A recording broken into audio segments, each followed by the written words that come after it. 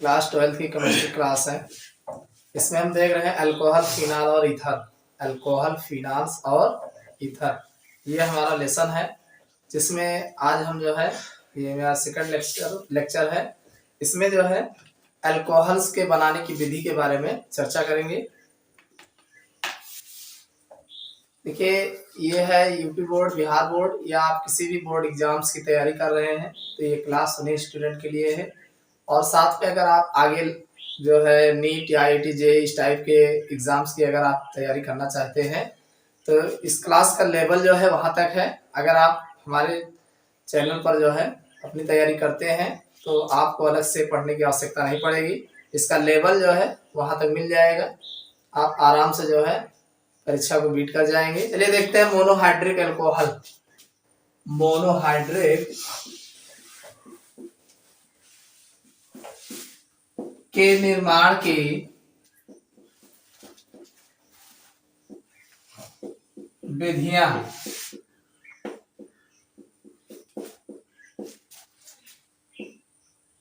Methods of preparation of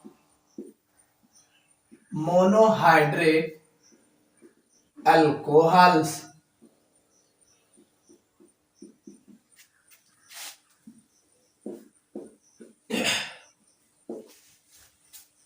monohydric alcohol के निर्माण की विधियां, methods of preparation of monohydric alcohol.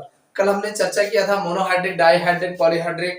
तो मोनोहाइड्रिक में हमने देखा था कि मोनोहाइड्रिक वह अल्कोहल होते हैं जिनमें केवल एक OH समूह लगा होता है, जिनमें केवल एक OH समूह लगा होता है, तो उसे मोनोहाइड्रिक अल्कोहल कहते हैं।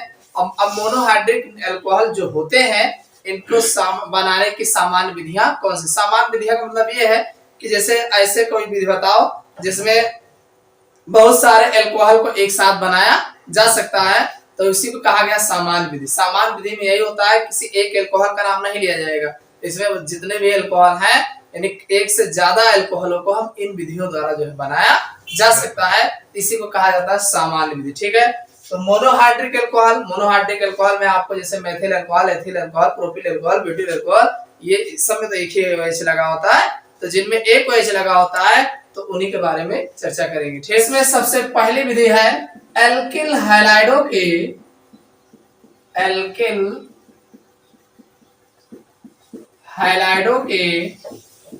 जल अपघटन से। एल्किल हैलाइडों के जल अपघटन से by hydrolysis of alkyl halide. Alkyl हैलाइडों के जल अपघटन से, by hydrolysis of alkyl halide, कि एल्किल हैलाइडों के जल अपघटन से, यानी एल्किल हैलाइडों का जल अपघटन कराएंगे। क्या कराएंगे? जल अपघटन कराएंगे। कैसे कराओगे? देखो, पहली बात तो RX लेंगे, एल्किल हैलाइड कहा गया ना। अरे आपने क्या कहा? एल्किल हैलाइड, तो RX ले लेंगे, और दूसरा हम KOH ले लेंगे। क्या ले लेंगे? और ये लेंगे जलीय। कैसा लेंगे? जलीय, यानी KOH हमारा जो होगा वो जल में घुला होगा। तब क्या करना है? ये के पॉज, देखो आप जानते हैं, यहाँ पे आप अच्छे से जानते हैं कि हमारा ये जो KOH है ये टूटेगा, K+4 और OH -4। अरे इतना तो जानते हैं ना, K के ऊपर धन आवेश लगेगा, OH के ऊपर ऋण आवेश लगेगा। और दूसरा RX है, RX तो ये भी टूटेगा, R पॉजिटिव और X नेगेटिव। R को ना जान पाओ पॉजिटिव होगा निगेटिव, तो इतना तो जान ही जाओगे X नेगेटिव होता है, X के ऊपर ऋण आवेश होता है ना। तो अब जब दो जने लेहे हो तो इनका धन और इनका ऋण आपस में जुड़ेगा नहीं। पहले अदला बदली करोगे तो ये ROH हो जाएगा, और K और X तो मजबूरन जुड़वे करेंगे फिर। तो ये आपका यहाँ का K और यहाँ का X निकल जाएगा, ये दोनों जुड़ जाएंगे, तो ये हो जाएगा ROH प्लस KX। ये है आपका अल्कोहल। क्या है? अल्कोहल। ये पोटेशियम हैलाइड है। क्या है? Potassium halide. पोटेशियम हैलाइड है। और ये आपका पोटेशियम हाइड्रोक्साइड है। क्या है ये? Potassium hydroxide, hydroxide. और इनको जानते हो, ये एल्किल हैलाइड है। कौन है? Alkyl halide. समझ में आया? एक रिएक्शन देख लो, जैसे RX है, आप ले सकते हो C2H5Br ले लो। क्या ले लो? RX के स्थान पे Br ले लो, और R के स्थान पे 2 कार्बन वाला ले लिया, C2H5 ले लिए, और KOH आपका है ही है, वो भी जलीय, AQ मतलब बहुत जलीय। ठीक है, एल्कोहलीय लोगे तो मामला चेंज हो जाएगा। एल्कोहलीय अगर लेंगे तो मामला बदल जाएगा, जलीय लेंगे, जल में घुला होगा तो ये अदला बदली कर जाएगा। इसको गर्म करेंगे, गर्म करना पड़ेगा तो KBr निकल जाएगा, C2H5OH प्लस KBr। ये पोटेशियम ब्रोमाइड है, ये है एथिल अल्कोहल, एथिल अल्कोहल। ठीक है वाला, यही है। ठीक है, जाने रहना। एथिल अल्कोहल है, और बाकी ये एथिल ब्रोमाइड है, एथिल ब्रोमाइड। समझ में आया कि नहीं? Yes sir. कैसे लिखोगे? सुनो, जब हम एल्किल हैलाइडों पर जलीय पोटेशियम हाइड्रोक्साइड या सिल्वर हाइड्रोक्साइड या नम जो है सिल्वर ऑक्साइड की अभिक्रिया कराते हैं तो हमें अल्कोहल प्राप्त होता है। समझ में आया कि नहीं? नहीं लिख पाओगे? अरे जब हम एल्किल हैलाइड की अभिक्रिया जलीय KOH अथवा NaOH के साथ कराते हैं तो हमें अल्कोहल प्राप्त होता है। एल्कीनो से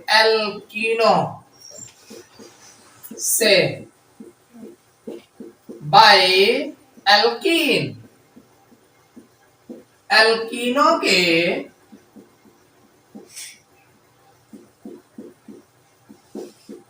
जल योजन द्वारा, जल योजन मतलब जल का जुड़ना, जल योजन द्वारा, bye hydration of alkene, bye hydration of alkene, यानी एल्कीनों के जल योजन द्वारा। एल्कीन जानते हैं कौन है?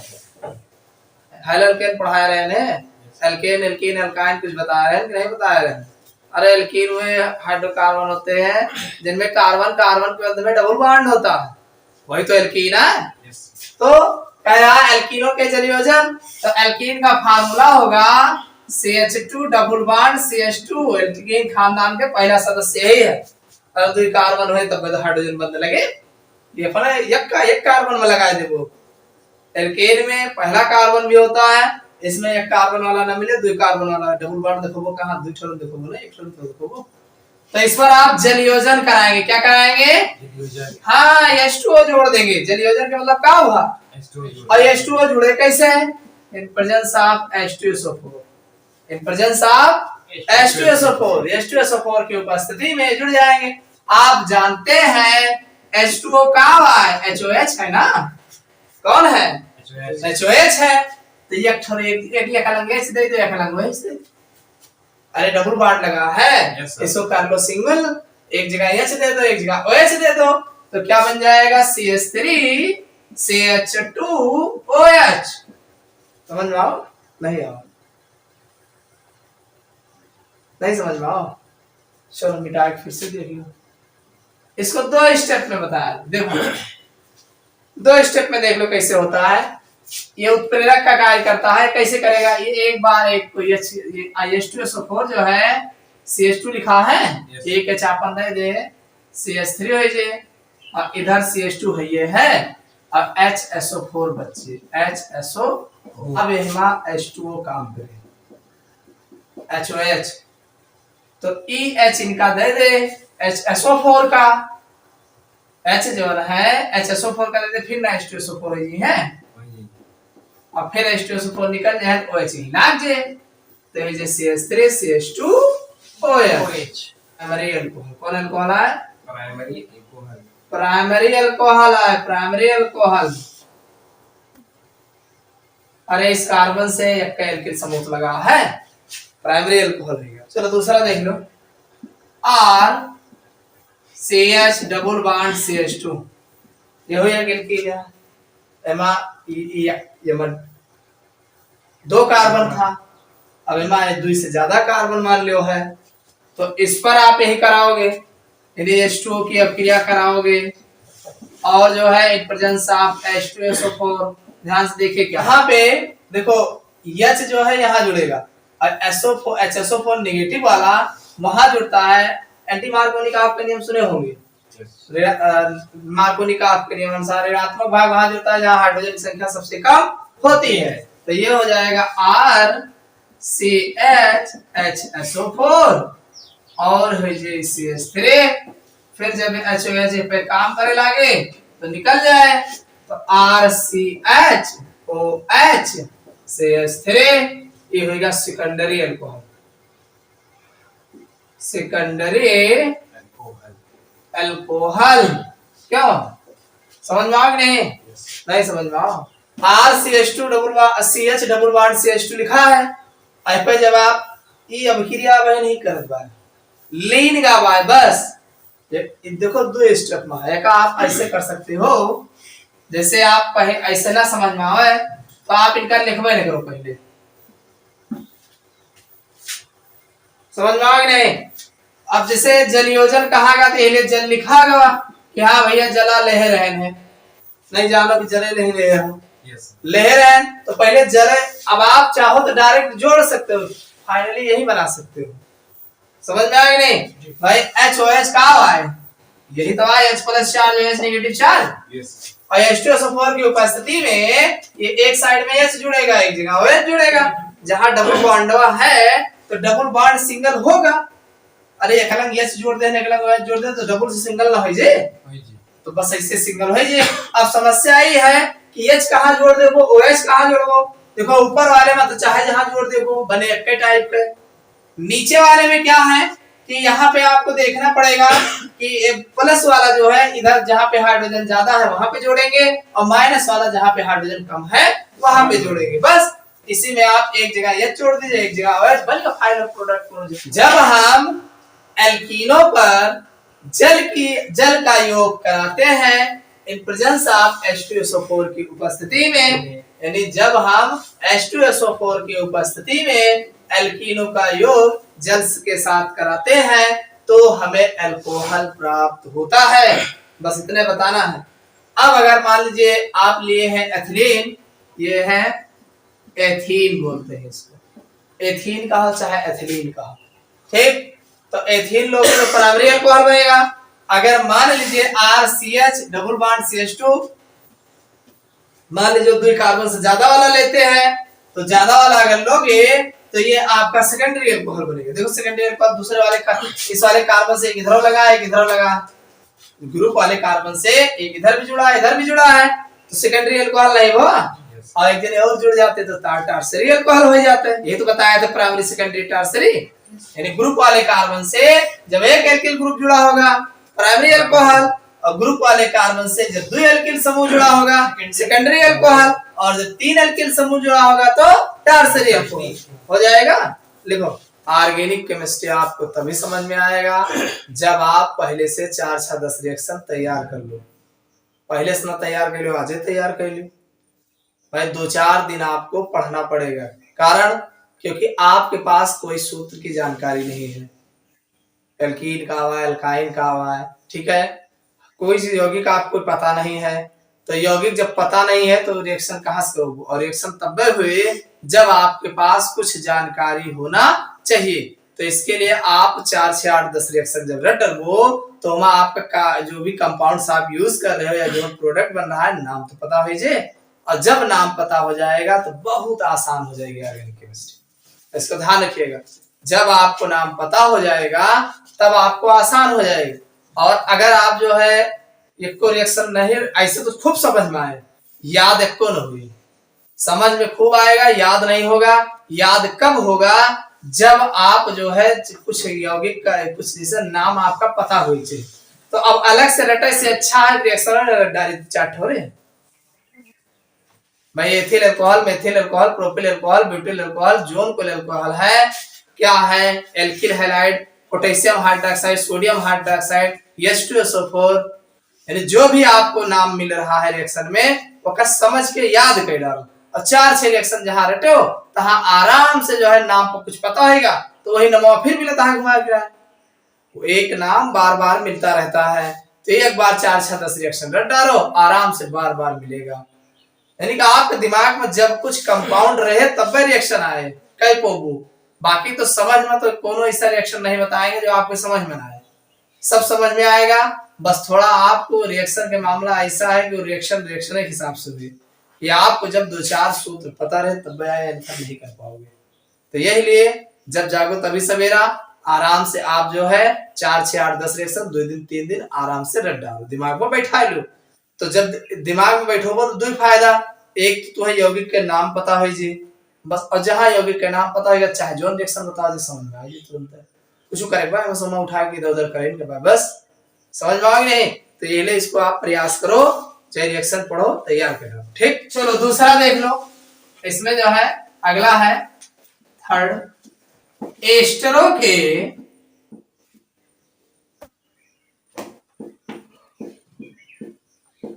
जल अपघटन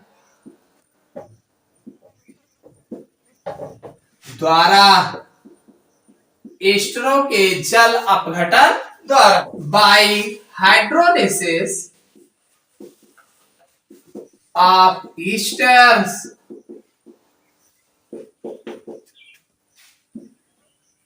बाय हाइड्रोलिसिस ऑफ ईस्टर, यानी ईस्टरों के जल अपघटन द्वारा।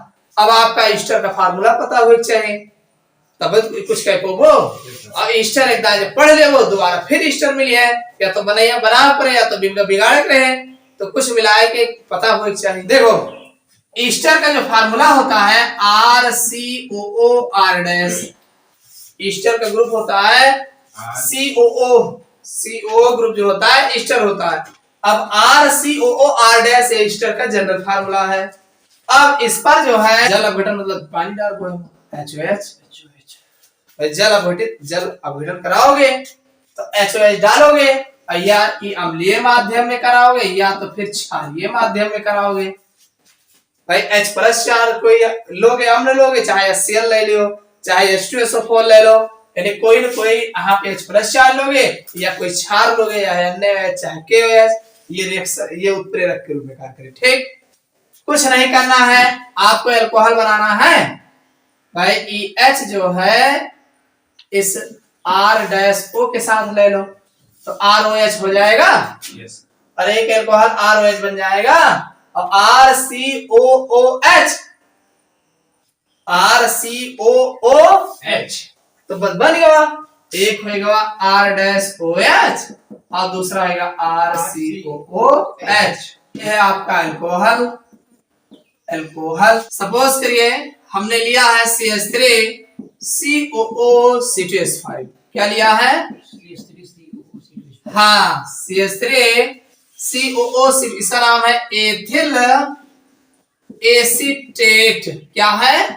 अरे इधर लिखा है एथिल, CH3CO एसीटेट आयन है तो ये एथिल एसीटेट, एक डायरेक्टली इनका क्या है फार्मूला क्या होता है एथिल एसीटेट का, तो एथिल एसीटेट, और जब जल से क्रिया कराओगे तो देखो EO C2H5O का H दे दोगे तो C2H5OH हो जाएगा, C2H5OH, और बचा क्या है CH3COOH, यही तो बचा है CH3COOH, और ये कब होगा? या तो अम्लीय माध्यम में होगा या तो क्षारीय माध्यम में, तो ये आपका बन गया एथिल अल्कोहल, ये क्या है एथिल अल्कोहल, और यह एसिटिक एसिड। समझ में आ गया नहीं? कैसे लिखोगे इसको? जब हम ईस्टर की अभिक्रिया या ईस्टर का जल अपघटन कराते हैं तो अल्कोहल तथा कार्बोक्सिलिक अम्ल प्राप्त होता है, कार्बोक्सिलिक ग्रुप है, COOH जो होता है कार्बोक्सिलिक ग्रुप, ठीक है। तो अल्कोहल और कार्बोक्सिलिक अम्ल प्राप्त होता है, और ऐसे लिखोगे कि जब हम एथिल एसीटेट पर HOH यानी जल की अभिक्रिया अम्लीय अथवा क्षारीय माध्यम में कराते हैं तो एथिल अल्कोहल तथा एसिटिक एसिड प्राप्त होता है। समझ में आया कि नहीं? ईस्टर के जनरल सूत्र ईस्टर ईस्टर